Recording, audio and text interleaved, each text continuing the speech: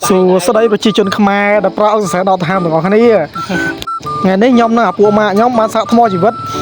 rồi sao ta chỉ vất bộ nhóm nắng vì ban o thmo bắt ta hôi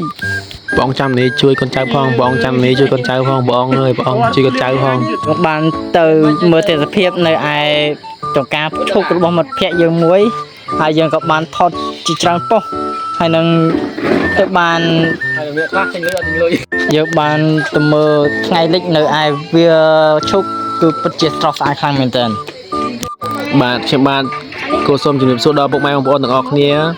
នឹងយុវវ័យនឹងកុមារាកុមារីនឹងចាស់ទុំទាំងអស់ដែលបានមើលទស្សនាវីដេអូខ្ញុំនេះហើយ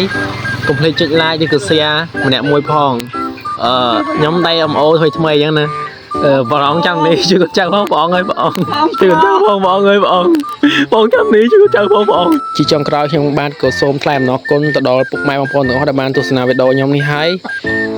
ខ្ញុំបាទសូមហាមទៅដល់ក្មេងអាយុក្រោម18ឆ្នាំមិនទស្សនាវីដេអូនោះទេព្រោះវាគ្មានពាក្យពេចន៍សមរម្យសម្រាប់ក្មេងៗជំនាន់ក្រោយទេហើយណាមួយ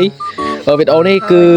ពុពេញដោយគ្រឿងសង្វឹងអញ្ចឹងហើយខ្ញុំមិនចង់ឲ្យក្មេងៗកុមារាកុមារីយុវជនយុវវ័យទាំងអស់ដែលបានទស្សនាវីដេអូហ្នឹងហើយកុំយកគំរូតាមពួកខ្ញុំអី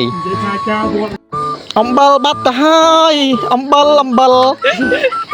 ជាចុងក្រោយខ្ញុំបាទអត់ចង់ឲ្យវីដេអូហ្នឹងម៉ែគាត់ឃើញទេព្រោះអីតែឃើញខ្ញុំជេរខ្ញុំងាប់តែហ្មងបើសិនជាជេរ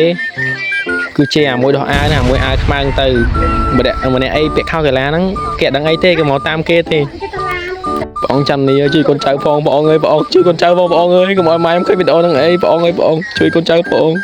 បើជេរតែមួយអាវខ្មៅណាមួយដោះអាវហ្នឹងមកបងអើយបងជាចុងក្រោយវីដេអូនេះខ្ញុំសង្ឃឹមថានឹងឃើញនារីម្នាក់ចូលមកមើលវីដេអូនេះហើយនឹង mention ឈ្មោះខ្ញុំហើយចង់ឲ្យគេមើលវីដេអូខ្ញុំហើយចង់ឲ្យគេស្រឡាញ់ខ្ញុំជាខ្ញុំ ឥឡូវវីដេអូយើងក៏បានត្រូវបញ្ចប់ត្រឹមតែប៉ុណ្ណេះសូមអរគុណ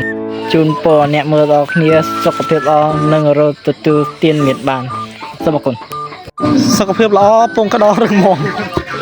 ចប់ហើយវីដេអូនេះអត់មានបានផលប្រយោជន៍អីសម្រាប់ទៅកាន់អ្នកមើលទេអញ្ចឹង